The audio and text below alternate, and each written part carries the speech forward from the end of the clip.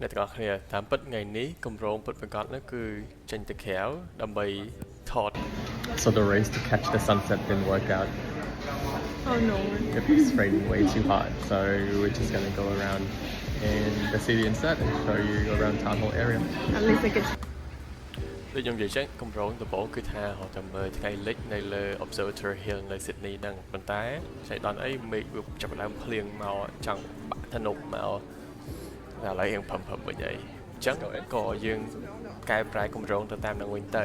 អញ្ចឹងយើងចាប់ផ្ដើមនៅកន្លែងតំបន់នេះជា Town Hall ហ្នឹងដែលគេឲ្យឈ្មោះថា Regent's Place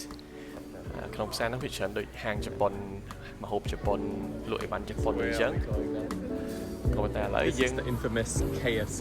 Everyone who stay out in George Street at 2-3 in the morning knows what this KFC is all about. តែឥឡូវយើងក៏ដើរបន្តទៅវិញទៀតដើម្បី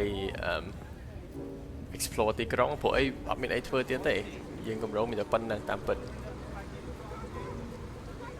So that is the QVB building. អានេះជាអគារ QVB on the right ហើយនៅខាងស្ដាំហ្នឹងគឺជាអគារ The Galleries ក្នុងនោះមានហាង2-3មុខផ្សេងៗគ្នា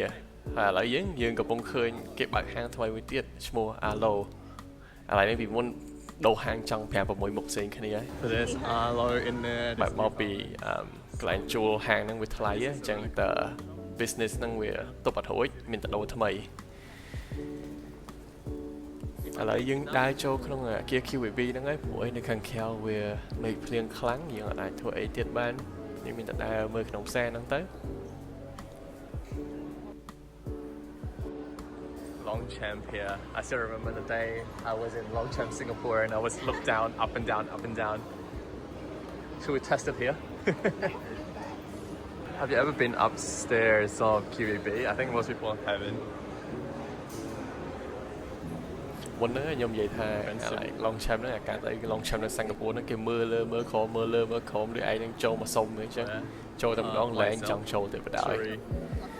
ហើយឥឡូវហ្នឹងយើងឡើងមកជាន់ទី2ទី3នៅអគារ QVB ហ្នឹងធម្មតាអត់សូវមានអ្នកឡើងមកលើហ្នឹងទេគេដើរចូលទៅខាងក្រោមដីហ្នឹងកាត់ពីផ្លូវដាស់លើហ្នឹងទៅផ្សារ Westfield អីតែប៉ុណ្្នឹងឯងតាមពិតនៅខាងលើហ្នឹងមានលក់របស់របរផ្សេងគ្នាច្រើនមានហាងតែហាងកៅអៅហាងផ្កាហាងអីចឹងច្រើន This one looks really good I really want it but let's check the price tag 300 since it is social close It's so simple You know back in the day they probably call it ladies powder room or something because ឥឡូវនេះបន្ទប់ទឹកស្រីហ្នឹងនៅលើហ្នឹងវាអត់ដាក់ផ្លាស់ថាបន្ទប់ទឹកស្រីទេវាដាក់ថាបន្ទប់តប់ម្សៅអញ្ចឹងខ្ញុំសង្ស័យថាពីមុនជំនាន់មុនគេហៅអញ្ចឹងហើយដើម្បីឲ្យសមរម្យសម្រាប់នារីអីចឹងតែអត់ដឹងច្បាស់ដែរហើយនេះដងសម្រាប់សោកជើងចូលទៅក្នុងស្បែកជើងប៉ុន្តែគេធ្វើក្បាច់ក្បូរគេតែមើលតម្លៃ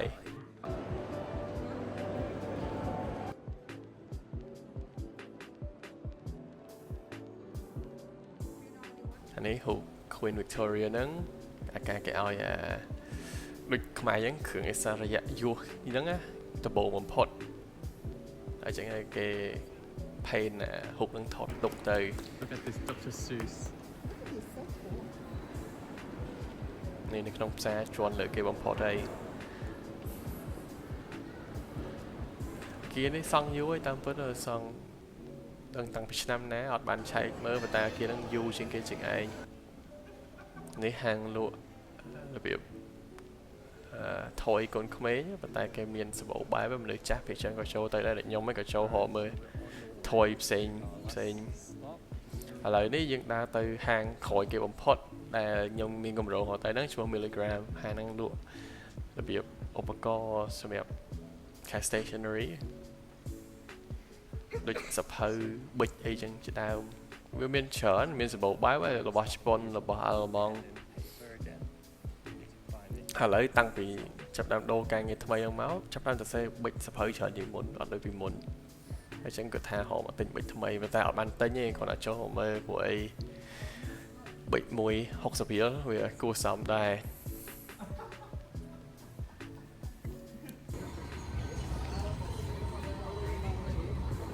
អានេះហាង Dimic ហ្នឹង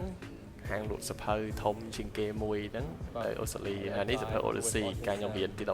12គេឲ្យអានសភៅហ្នឹងដូចខ្មែរយើងអញ្ចឹងមានអក្សរសិលអីអក្សរខែគេភ្លេចបាត់ហើយតែនៅនេះគេអានហ្នឹងឬមួយក៏អីផ្សេងទៀតទៅហើយដើរហត់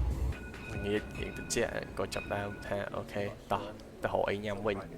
តែមុនទៅហ្នឹងទៅចូលទិញអីវ៉ាន់អីផ្លែតរបៀបសាប៊ូទិញអីទៅព្រោះអីត្រូវទៅផ្ទះខ្លាចភ្លេចហើយឥឡូវក៏ចូលហាង Five Guys ហ្នឹង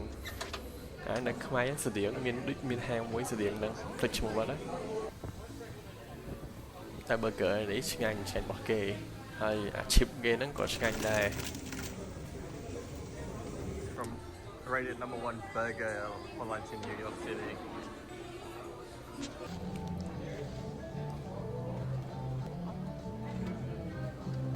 អញ្ចឹងមានតែប៉ុណ្្នឹងអ្នកយើងធ្វើបើទៅវាអត់បានតែមើលថ្ងៃលិចដែលកម្រងទុកក៏ប៉ុន្តែយើង